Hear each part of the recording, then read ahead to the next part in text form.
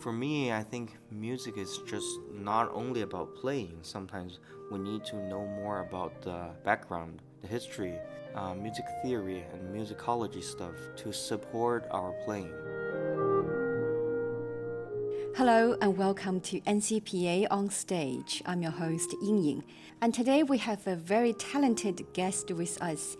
He's just 27 years old and has already made significant waves in the classical music world with his exceptional skills and artistic expression.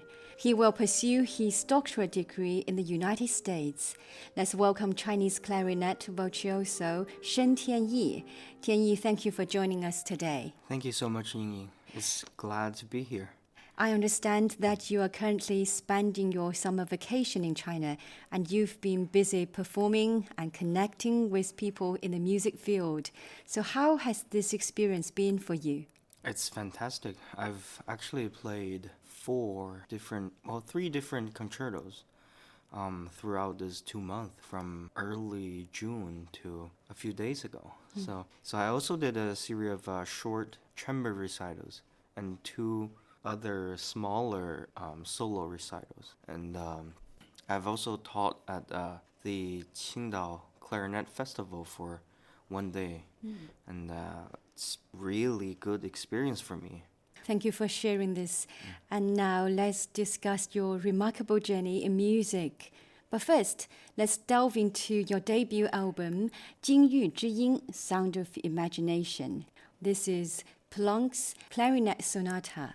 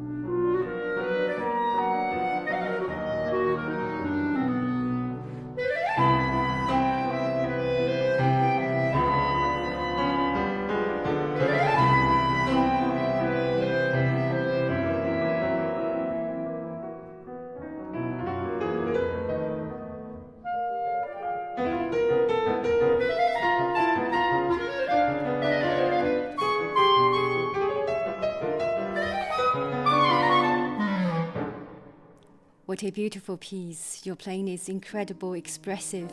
Can you tell us how your music journey began? Actually, I started clarinet with around 13 years old, 14 years old. So it's quite late for most players. I first start with my grandfather from my mother's side, Wang Zhijian. And then I went to the middle school attached to the Central Conservatory of Music in China, in Beijing, with Professor Huang Yuanfu. And then after that, actually in my college, I had several different teachers at Curtis. So I had Mr. Ricardo Morales, Mr. Michael Rusinik, and then later on switched to Mr. Anthony McGill. I kind of spent 4 years at school and 2 more years around Philly, just freelancing and keep studying with my teachers. So after the pandemic, I auditioned Yale School of Music for my master degrees with Professor David Schifrin. And I did my Master of Music and Master of Musical Arts there. So why did you choose 2 masters? For me, I think music is just not only about playing. Sometimes we need to know more about the background, the history, music theory and musicology stuff to support our playing. So I chose to do a little more at school and try to kind of enhance my playing on the stage, playing different styles, different pieces from different periods.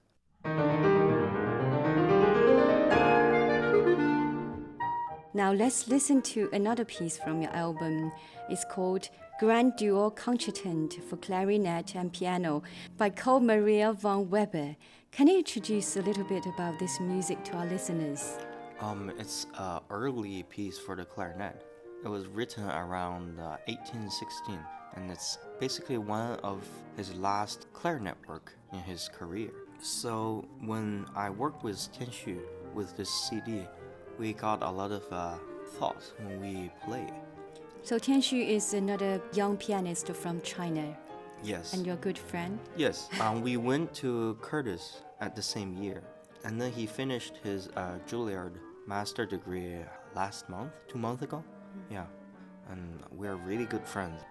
So it's a great opportunity for me and him to work together because we've played for 6-7 years, and we never get a really good stage for us to play. So it's a fantastic opportunity for me and him. Of me, 27-year-old clarinet player, and Tianxu, 24 years old last year, it's me and him.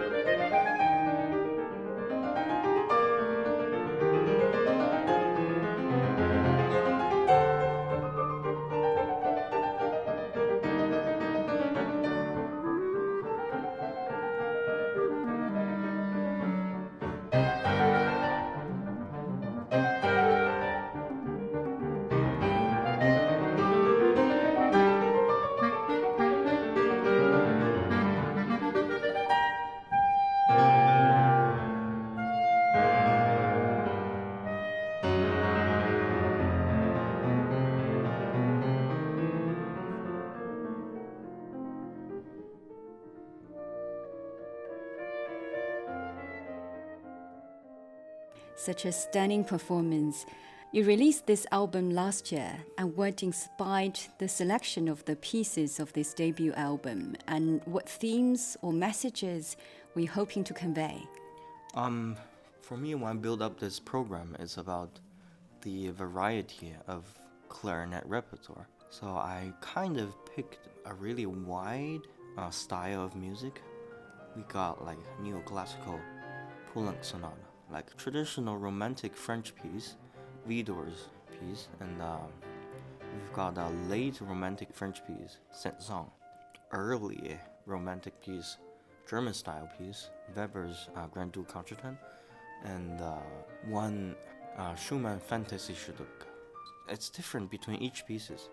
I was trying to approach different characters in different pieces. So when we listen to my Poulenc and the second piece, Weber, there's a huge contrast in the sound. The one is more like sparkling, spiky, lighter, and then the other one is much more somehow authentic, more mild, deeper feeling.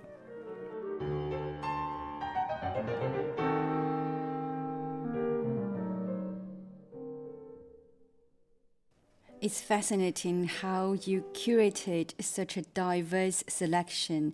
And can you share some insights into the recording process? What challenges did you encounter and how did you overcome them? Actually, for this program, me and Tianxue only rehearsed 2 days, and then we spent another 2 days for the recording. It's kind of a little bit tight for me and him, but we made it work. It is really happy to do this with him. And for some of the musical approaches, me and Tianxue sometimes got different point of view. So we tried to blend our aesthetic thoughts together to build up this CD's recording. Are there any other pieces from your debut album that you want to share with our listeners? Maybe the Vidor theme, introduction and rondo. Yeah, maybe Vidor's introduction and rondo. It's a really charming piece, at least for me. I loved it a lot.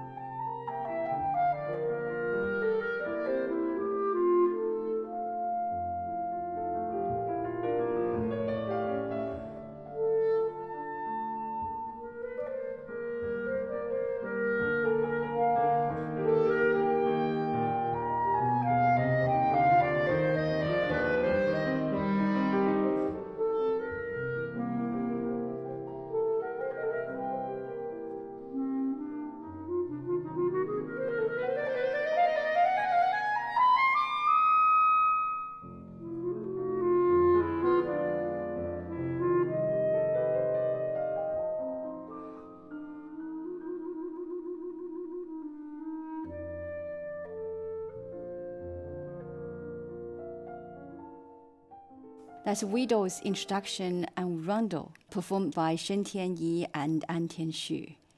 You will pursue your doctorate degree at the University of Michigan. Why did you decide to pursue a doctorate degree in music? And what are the goals you hope to achieve? Like I said, it's kind of a comprehensive thing for me. I was trying to do everything I could to improve myself as a musician, as a person.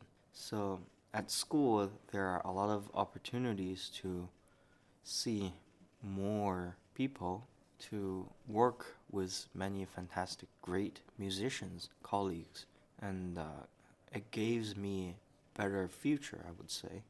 I also know that you did a lot of teaching. Can you tell us more about your experiences as a teacher? Yeah, I start to teach after I graduate from Curtis, so it's around 22 years old.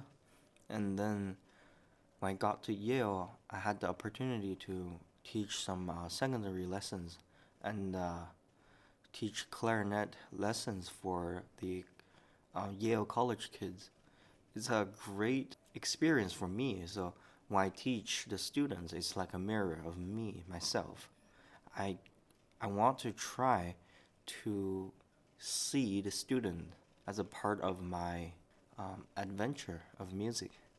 Also, it's really happy to see their improvements on different things, not only playing the music, not only playing the clarinet.